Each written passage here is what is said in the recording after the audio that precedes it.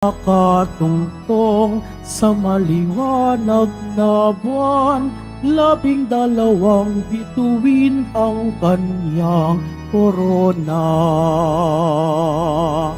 Dakilang tanda, ikaw o Maria, kahanga-hanga ang iyong tagumpay.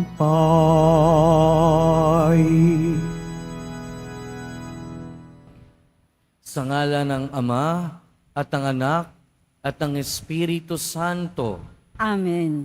ang pagpapala ng ating Panginoong Hesukristo, ang pag-ibig ng Diyos Ama, at ang pakikipagkaisa ng Espiritu Santo, naway sumainyong lahat. At sumaiyo rin. Mga kapatid, aminin natin ang ating mga kasalanan upang tayo ay maging marapat gumanap sa banal na pagdiriwang. Inaamin ko Sa makapangyarihang Diyos at sa inyo mga kapatid, na luba akong nagkasala sa isip, sa gawa, sa salita, at sa aking pagkukulang. Kaya'y sinasamo ko sa mahal na Birheng Maria, sa lahat ng mga anghel at mga banal, at sa inyo mga kapatid, na ako'y panalangin sa Panginoong ating Diyos.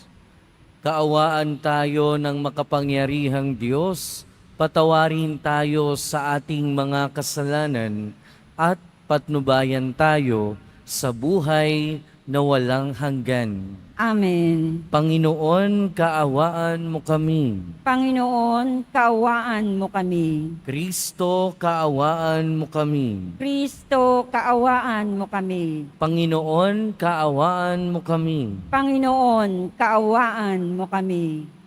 Manalangin tayo. Ama naming makapangyarihan, ginawa mong aming maging ina at reyna ang nagsilang sa iyong anak. Ipagkaloob mong kaming lubos niyang idinadalangin ay makarating ng maluwalhati sa iyong paghahari, sa iyong mga supling, sa pamamagitan ni Hesukristo, kasama ng Espiritu Santo, magpasawalang hanggan. Amen. Magsipo munang lahat. Pagbasa mula sa aklat ni Propeta Isaías. Nakatanaw ng isang malaking liwanag, ang bayang malaonang nasa kadiliman, na manaag na ang liwanag sa mga taong namumuhay sa lupaing balot ng dilim. Iyong pinasigla ang kanilang pagdiriwang, dinagdagan mo ang kanilang tuwa, tulad ng mga tao sa panahon ng anihan, tulad ng mga taong naghahati ng nasamsam na kayamanan. Nilupig mo ang bansang umalipin sa iyong bayan, tulad ng pagkalupig sa hukbo ng Madian.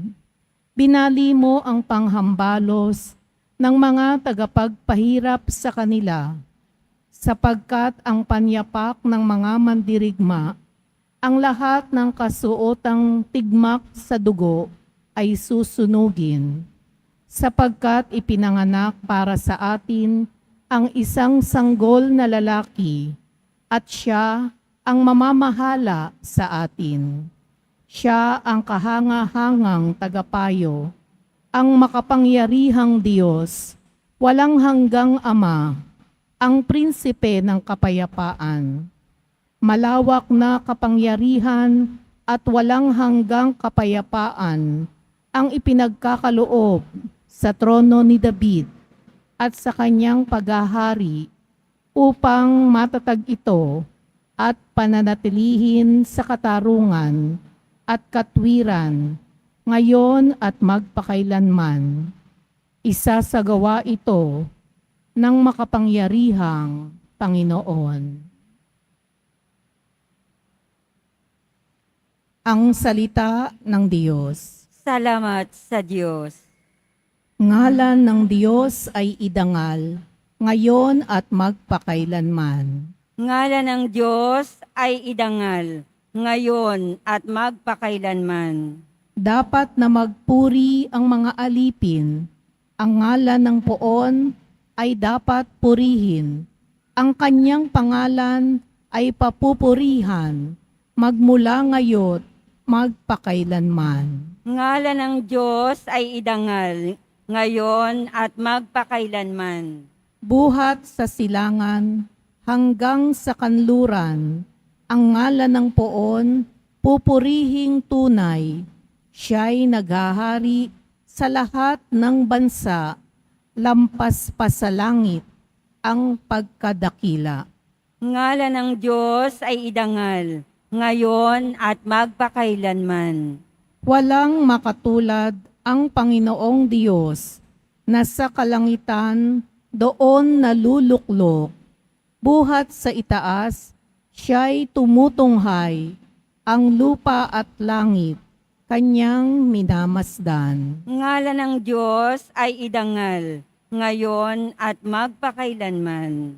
Mula sa alabok, ang mga mahirap sa pagkalugami ay itinataas. Sa mga prinsipe ay isinasama, nagiging prinsipe ang mga lingkod niya. Ngalan ng Diyos ay idangal, ngayon at magpakailanman. Magsitayo po ang lahat.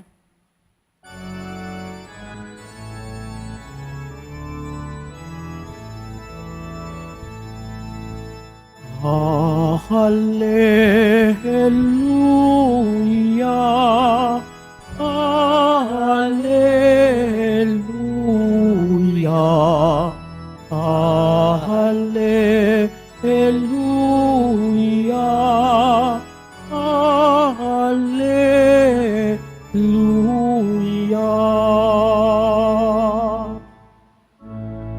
Aba, Ginoong Maria, napupuno ka ng grasya. Diyos ay kapiling mo tuwina. Hallelujah, Hallelujah,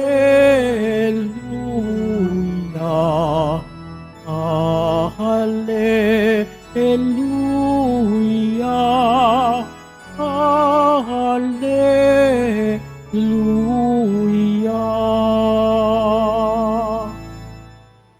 Sumainyo ang Panginoon. At sumaiyo rin. Ang mabuting balita ng Panginoon ayon kay San Lucas. Papuri sa iyo, Panginoon. Nang ika-6 na buwan na ng pagdadalang tao ni Elizabeth, ang anghel Gabriel ay sinugo ng Diyos sa Nazaret, Galilea, sa isang dalaga na ang pangalay Maria. Siya'y nakatakdang ikasal kay Jose, isang lalaki buhat sa lipi ni Haring David. Paglapit ng anghel sa kinaroroonan ng dalaga, binati niya ito. Matuwa ka, ikaw ay kalugod-lugod sa Diyos, wika niya. Sumasa iyo ang Panginoon. Nagulumihanan si Maria sa ganong pangungusap at inisip niyang mabuti kung ano ang kahulugan niyon. Kaya't sinabi sa kanya ng anghel, "Huwag kang matakot, Maria, sapagkat kinalulugdan ka ng Diyos. Makinig ka, ikaw ay maglilihi at manganganak ng isang lalaki, at siya'y tatawagin mong Jesus. Magiging dakila siya at tatawaging anak ng kataas-taasan. Ibibigay sa kanya ng Panginoong Diyos ang trono ng kanyang amang si David. Maghahari siya sa angkan ni Jacob magpakailanman, at ang kanyang paghahari ay walang hanggan." "Paanong mangyayari ito gayong ako'y dalaga?" tanong ni Maria. Sumagot ang anghel, "Bababa sa iyo ang Espiritu Santo at lilimiliman ka ng kapangyarihan ng kataas-taasan. Kaya't banal ang ipanganganak mo at tatawaging anak ng Diyos. Natatandaan mo ang iyong kamag-anak na si Elizabeth. Alam ng lahat na siya'y baog, ngunit naglihi siya sa kabila ng kanyang katandaan. At ngayon ika-6 na buwan na ng kanyang pagdadalang tao, sapagkat walang hindi mapangyayari ang Diyos. Sumagot si Maria, ako'y alipin ng Panginoon, mangyari sa akin ang iyong sinabi. At nilisan siya ng anghel. Mga kapatid, ang mabuting balita ng Panginoon. Pinupuri ka namin, Panginoong Heso Kristo. Magsiupo muna ang lahat. Welcome po sa Minor Basilica and National Shrine of Jesus Nazareno at magandang umaga sa inyong lahat. Pinagdiwang natin ang pag-aakyat sa langit ng mahal na Birheng Maria. Ngayon yung Oktaba o yung 8 araw mula nung pagdiriwang na yon. At ngayon, isa uling pagdiriwang patungkol sa ating mahal na ina ang ginagawa natin ngayon. Dahil ngayon, pinagdiriwang natin ang ating mahal na ina, ang Birheng Maria, bilang Reyna ng langit at lupa. At ang katuruan na ito ay na-solidify at naipahayag officially by Pope Pius XII noong 1954. At si Maria bilang Reyna ng langit at lupa ay nararapat lang na tawaging Reyna ayon kay Papa Pio dahil unang-una siya ay ina ng Diyos. Siya ay naging ina ng ating Panginoong Jesucristo at ina nating lahat at ina rin ng simbahan. Sa ating unang pagbasa, narinig natin yung propesiya tungkol sa pagdating ng Mesiyas. At dumating ang Mesiyas na ito dahil na rin sa kooperasyon at pakikipagtulungan ng mahal na ina natin. Sa ating ebanghelyo, ito yung tinatawag na high point ng salvation history. Dahil sa ating ebanghelyo, sa bandang huli, narinig natin yung fiat, narinig natin yung pag-oo, narinig natin yung pagtalima sa kalooban ng Diyos ng mahal na Birheng Maria. Nung sinabi niyang, ako'y alipin ng Panginoon, mangyari sa akin ang iyong sinabi. At lagi nating tatandaan na ang kahalagahan at kadakilaan ng ating mahal na ina ay laging nagmumula sa kanyang pagiging ina ng ating Panginoong Hesukristo. Kaya nga nararapat lamang na tawaging Reyna ang ating mahal na Birheng Maria dahil unang-una siya ay naging anak o naging anak niya ang ating Panginoong Hesukristo. Pangalawa, dapat lamang natawaging Reyna ang ating mahal na ina dahil sa papel na ginampanan niya sa ating kaligtasan. Tinatawag si Mama Mary o tinatawag ang ating Panginoong Hesukristo bilang tagapamagitan sa Ama. Pero ang ating mahal na Birheng Maria ay tinatawag na tagapamagitan sa ating Panginoong Hesukristo. Kaya nga marami sa ating Pilipino merong debosyon sa mahal na ina. Kaya nga kilalang kilala yung Our Lady of Antipolo, yung sa Baclaran Church, ang ina ng laging saklolo, Our Lady of Manawag at marami pang iba. Dahil nakikilala natin ang ating mahal na ina bilang tagapamagitan, intercessor sa ating Panginoong Hesukristo. At pinapaalala sa atin na bilang Reyna, lagi pa rin bukas ang ating mahal na Birheng Maria para dalhan natin ang ating mga panalangin.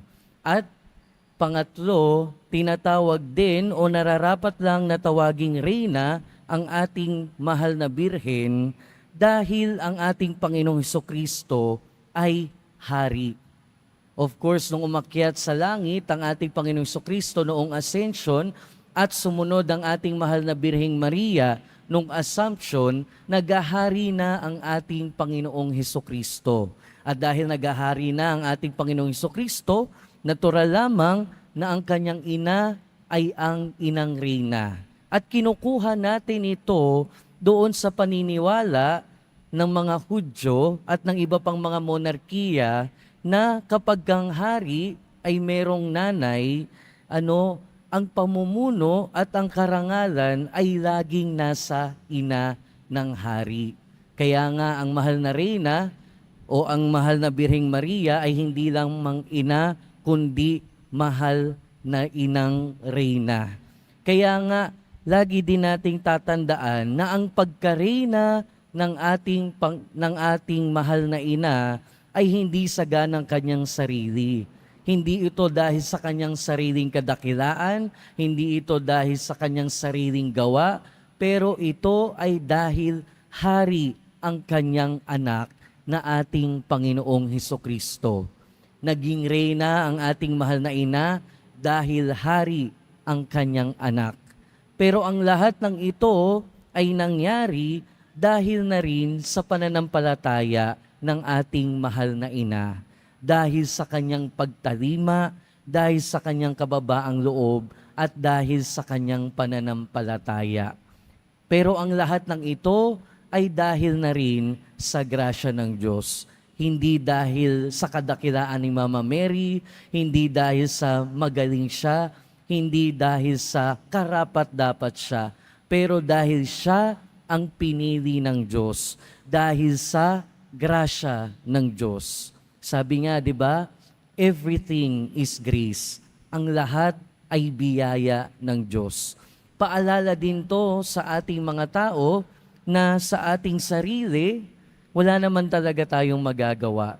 Sa ating sariling galing, wala naman tayong mararating. At nawa, maging halimbawa natin si Mama Mary ng katotohanan na ito. Si Mama Mary, ang lahat ng kanyang kadakilaan at karangalan ay laging nakaugat at nagmumula sa kanyang anak na ating Panginoong Hesukristo. Naging dakila si Mama Mary dahil naging ina siya ng Diyos. Naging dakila si Mama Mary dahil tagapamagitan natin siya sa ating Panginoong Hesukristo. Naging reyna ang ating mahal na ina dahil ang anak niya ay ang ating hari. At ang lahat ng ito ay hindi dahil sa Kanya. Lahat ng ito ay dahil sa grasya ng Diyos. Kaya lagi nating hihilingin ang panalangin ni Mama Mary na katulad niya, lagi tayong magkaroon ng bukas na isip at puso para sumunod sa utos ng Diyos at sa kalooban ng Diyos. At nawa, katulad din niya, magkaroon tayo ng kababaang loob na laging sumunod sa kalooban ng Diyos. Amen. Magsitayo na po ang lahat.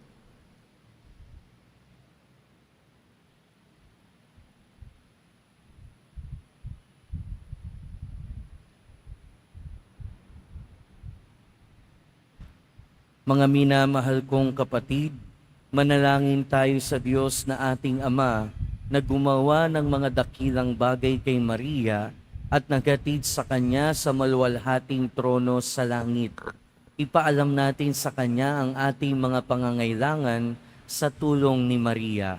At sa bawat panalangin ng ating itutugon, sa tulong ng aming Inang Maria, pakinggan mo ang aming mga panalangin, Panginoon. Sa tulong ng aming Inang Maria, pakinggan mo ang aming mga panalangin, Panginoon.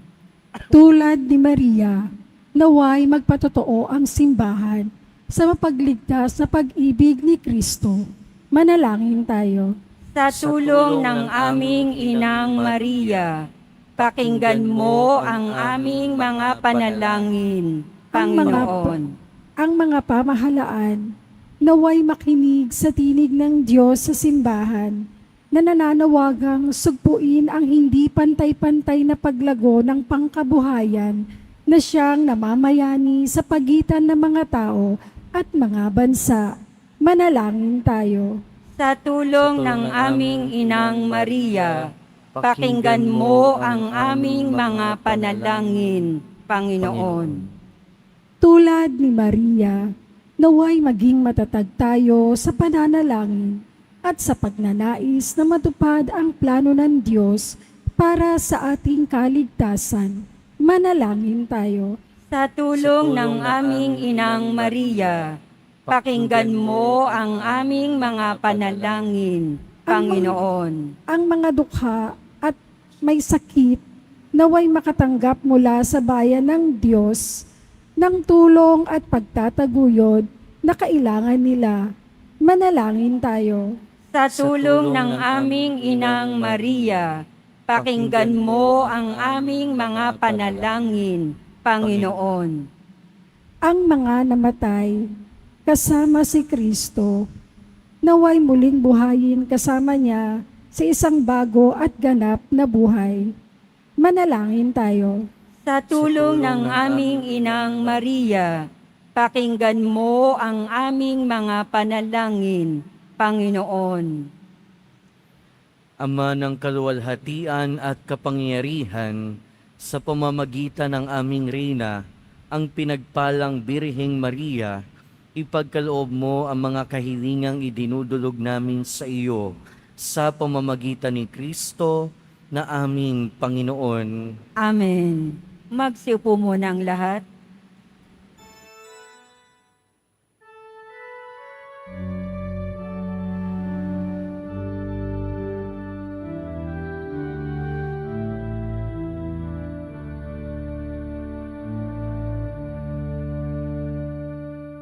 Aba, Ginoong Maria, napupuno ka ng grasya, ang Panginoon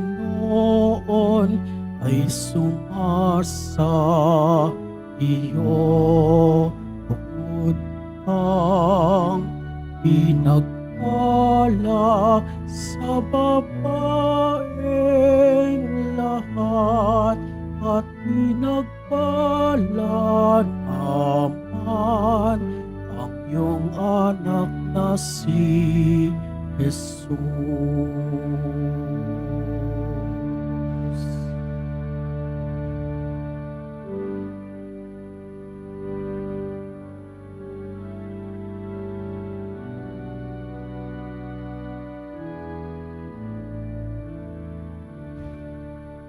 Magsitayo po ang lahat. Manalangin kayo mga kapatid upang ang paghahain natin ay kalugdan ng Diyos amang makapangyarihan. Tanggapin nawa ng Panginoon itong paghahain sa iyong mga kamay, sa kapurihan niya at karangalan, sa ating kapakinabangan at sa buong sambayanan niyang banal. Ama naming lumikha, kaming naghahain ngayong ginugunita, si Mariang Mahal na Birhen ay nakikiusap na saklolohan sana kami nang naghain ng kanyang kalinis-linisang paghahandog ng sarili sa krus at ngayon nabubuhay kasama ng Espiritu Santo magpasawalang hanggan. Amen. Sumainyo ang Panginoon. At sumaiyo rin. Itaas sa Diyos ang inyong puso at diwa. Itinaas na namin sa Panginoon. Pasalamatan natin ang Panginoong ating Diyos. Marapat na siya ay pasalamatan. Ama naming makapangyarihan, tunay ngang marapat na ikaw ay aming pasalamatan. Bukod mong pinagpalang maging ina ni Hesukristo, ang mahal na birheng nagpupuri at nagagalak sa iyo. Ikaw ang gumawa ng tanang dakilang bagay. Ikaw ang lumilingap sa lahat kailanman. Nilingap mo ang mahal na birhen bilang iyong abang alipin, na iyong binigyan ng tungkuling kumalinga sa anak mong manunubos namin. Kaya kaisa ng mga anghel na nagsisiawit ng papuri sa iyo, nang walang humpay sa kalangitan, kami nagbubunyi sa iyong kadakilaan. Santo, Santo, Santo, Panginoong Diyos ng manghukbo, napupuno ang langit at lupa ng kadakilaan mo. O sana sa kaitaasan, pinagpalang naparirito sa ngalan ng Panginoon. O sana sa kaitaasan. Magsulod po ang lahat. Ama naming banal, ikaw ang bukal ng tanang kabanalan. Kaya't sa pamamagitan ng iyong Espiritu, gawin mong banal ang kaloob na ito upang para sa aming maging katawan at dugo ng aming Panginoong Hesukristo. Bago niya pinagtiis ang kusang loob na maging handog, hinawakan niya ang tinapay. Pinasalamatan kaniya. Pinaghati-hati niya iyon. Iniabot sa kanyang mga alagad at sinabi, "Tanggapin ninyong lahat ito at kanin. Ito ang aking katawan na ihahandog para sa inyo."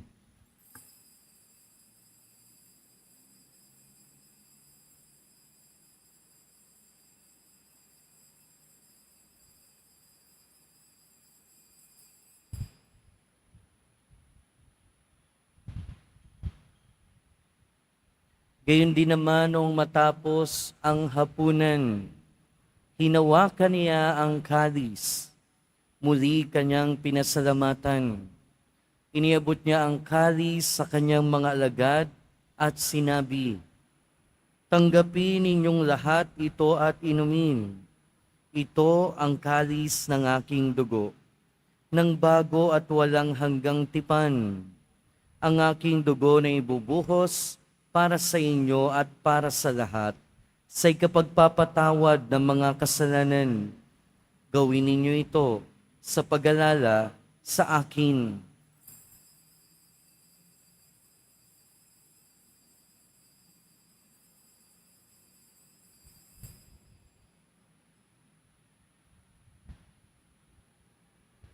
Ipagbunyi natin ang misteryo ng pananampalataya.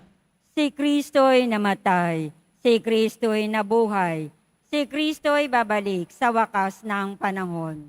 Ama, ginagawa namin ngayon ang pag-alala sa pagkabuhay ng iyong anak. Kaya tiniaalay namin sa iyo ang tinapay na nagbibigay buhay at ang kalis na nagkakaloob ng kaligtasan. Kami nagpapasalamat dahil kami iyong minarapat na tumayo sa harap mo para maglingkod sa iyo. Isinasamo namin kaming magsasalo-salo sa katawan at dugo ni Kristo ay mabuklod sa pagkakaisa sa pamamagitan ng Espiritu Santo. Ama, lingapin mo ang iyong simbahang laganap sa buong daigdig. Puspusin mo kami sa pag-ibig kay San Francisco na aming Santo Papa at ni Jose na aming Obispo at ng Tanang Kaparian. Alalahanin mo rin ang mga kapatid naming nahimlay nang may pag-asang sila'y muling mabubuhay, gayon din ang lahat ng mga pumanaw. Kaawaan mo sila at patuloyin sa iyong kaliwanagan. Kaawaan mo at pagintapating kaming lahat na makasalo sa iyong buhay na walang wakas. Kaysa ng mahal na Birheng Maria na Ina ng Diyos, ng kabiyak ng puso niya si San Jose, kaysa ng mga apostol ni San Juan Bautista at ng lahat ng mga banal na namuhay dito sa daigdig ng kalugod-lugod sa iyo. Maipagdiwang nawa namin ang pagpupuri sa ikararangal mo sa pamamagitan ng iyong anak na aming Panginoong Hesukristo. Sa pamamagitan ni Kristo, kasama niya at sa Kaniya, ang lahat ng parangal at papuri ay sa iyo, Diyos amang makapangyarihan, kasama ng Espiritu Santo, magpasawalang hanggan. Amen. Sa tagubili ng mga nakagagaling na utos at turo ni Jesus na Panginoon natin at Diyos, ipahayag natin ng lakas loob. Ama namin, Sumasalangit ka, sambahin ang ngalan mo, mapasa amin ang kaharian mo, Sundin ang loob mo dito sa lupa para nang sa langit. Bigyan mo kami ngayon ng aming kakanin sa araw-araw. At patawarin mo kami sa aming mga sala para nang pagpapatawad namin sa nagkakasala sa amin. At huwag mo kaming ipahintulot sa tukso at iadya mo kami sa lahat ng masama. Hinihiling namin kami adya sa lahat ng masama, pagkalooban ng kapayapaan araw-araw, iligtas sa kasalanan at ilayo sa lahat ng kapahamakan, samantalang aming pinananabikan ang dakilang araw ng pagpapahayag ng tagapagligtas naming si Hesukristo. Sapagat iyo ang kaharian at ang kapangyarihan at ang kapurihan magpakailanman. Amen. Panginoong Hesukristo, sinabi mo sa iyong mga apostol, kapayapaan ang iniiwan ko sa inyo, ang aking kapayapaan ang ibinibigay ko sa inyo. Tunghayan mo ang aming pananampalataya at huwag ang aming pagkakasala. Pagkalooban mo kami ng kapayapaan at pagkakaisa ayon sa iyong kalooban, kasama ng Espiritu Santo, magpasawalang hanggan. Amen. Ang kapayapaan ng Panginoon ay laging sumainyo. At sumaiyo rin. Magbigayan tayo ng kapayapaan sa isa't isa. Peace be with you po. Kordero ng Diyos na nag-aalis ng mga kasalanan ng sanlibutan, maawa ka sa amin. Kordero ng Diyos na nag-aalis ng mga kasalanan ng sanlibutan, maawa ka sa amin. Kordero ng Diyos na nag-aalis ng mga kasalanan ng sanlibutan, ipagkaloob mo sa amin ang kapayapaan. Magsulod po ang lahat. Ito ang kordero ng Diyos. Ito ang nag-aalis ng kasalanan ng sanlibutan. Mapalad ang mga inaanyayahan sa kanyang piging. Panginoon, hindi ako karapat-dapat na magpatuloy sa iyo, ngunit sa isang salita mo lamang ay gagaling na ako.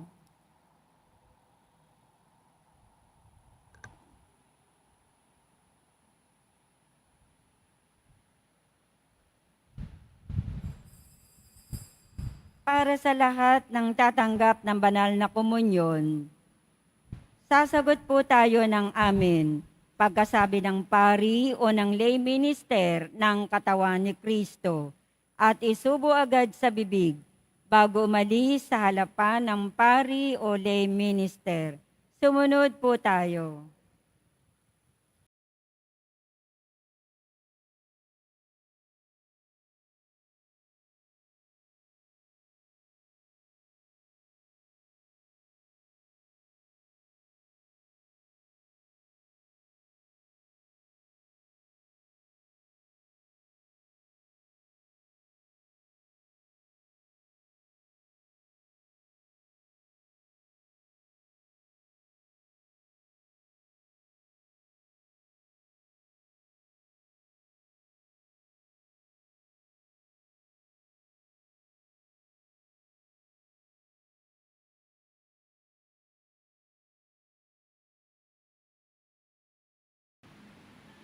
Manalangin tayo.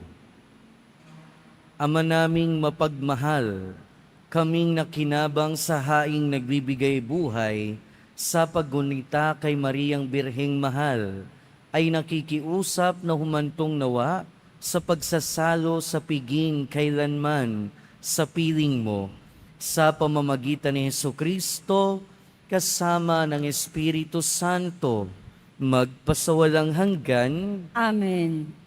Sumainyo ang Panginoon. At sumaiyo rin. Mahal na poong Jesus Nazareno, inihayag mo sa pamamagitan ng krus ang walang maliw na pag-ibig ng Diyos sa sangkatauhan.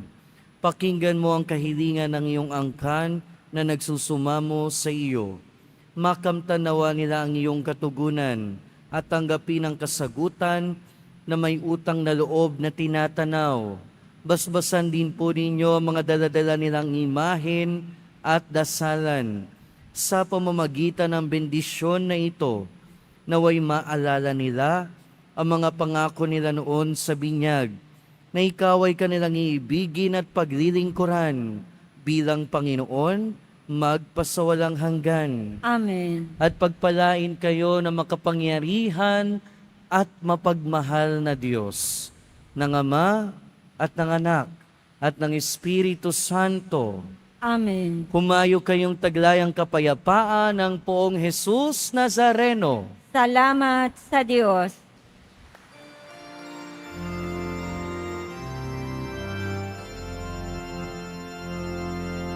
Banal na ina, pireng sakdal ganda, Reyna ng langit at lupa, ipanalangin mo kami. Ang puso ko'y nagpupuri sa Panginoon, at ang aking espiritu ay nagagalak sa Diyos na aking tagapagligtas, sapagkat nilingap niya akong kaniyang abang alipin. Banal na ina, Birhen sakdal ganda, Reyna ng langit at lupa, ipanalangin mo kami.